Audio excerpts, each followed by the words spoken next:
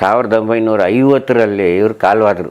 ಕಾಲವಾಗಿರ್ತಕ್ಕಂತಹ ಸಮಯದಲ್ಲೂ ಸಹ ಇವರು ಮಲಗಿರಬೇಕಾದ್ರೆ ಅವರು ಈ ಕೈ ಬೆರಳುಗಳಿದೆಯಲ್ಲ, ಆ ಬೆರಳುಗಳೆಲ್ಲವೂ ಸಹ ಮುದ್ರೆಗಳನ್ನು ಮಾಡ್ತಾಯಿತ್ತಂತೆ.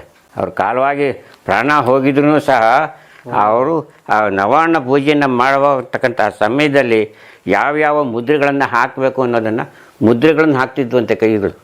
ಅಂದರೆ ಪ್ರಾಣ ಹೋದ್ರೂ ಅವ್ರ ಚಲನೆ ಇತ್ತು ಅವಾಗ. ಇತ್ತು. ಆ ರೀತಿಯಾಗಿರ್ತಕ್ಕಂತಹ ಈ ಮಹಾನ್ ವ್ಯಕ್ತಿ ಇವತ್ತಿನ ದಿವಸದಲ್ಲಿ ನಮಗೆ ಅಂತಹ ವ್ಯಕ್ತಿ ಸಿಗೋದು ಬಹಳ ಅಪರೂಪ. ಅವರೇ ಅದಕ್ಕೇನೆ ಇವರು ಏನಪ್ಪ ಶ್ರೀಕಂಠ ಶಾಸ್ತ್ರಿಗಳು ಅವ್ರ ಮಗಳಿಗೆ ಉಪದೇಶವನ್ನು ಕೊಡ್ತಾರೆ, ಶ್ರೀಚಕ್ರ ಉಪದೇಶವನ್ನು ಕೊಡ್ತಾರೆ.